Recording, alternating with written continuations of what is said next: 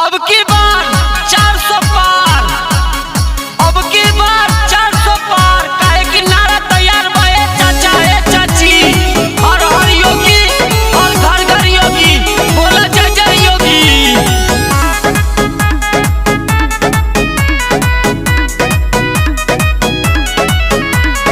हर जनता का है कहना योगी बाबा को हिलाना है। हर जनता का है कहना योगी बाबा को हिलाना है। 2024 में योगी बाबा को पीएम बनाना है।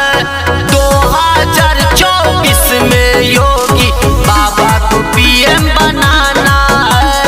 2024 में योगी मोदी को जिताना है। योगी मोदी को जिताना है।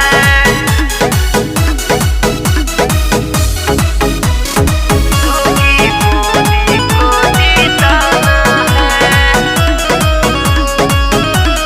देश का ये लाल है, दुश्मनों का ये तो काल है। हर देशद्रोही को चुन चुन कर दिया बड़ा उपहार है।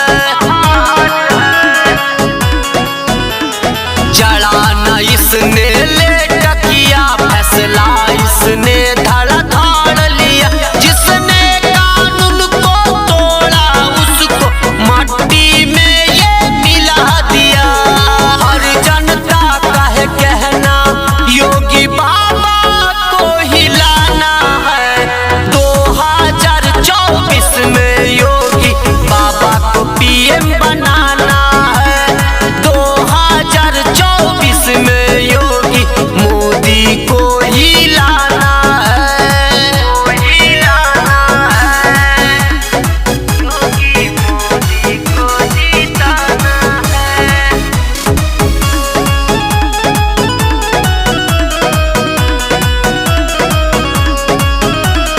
देश का बड़ा ये काम किया, बेटी बहनों को सम्मान दिया।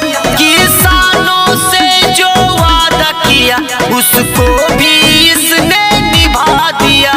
इसने निभा दिया। देश का बड़ा ये काम किया, बेटी बहनों को सम्मान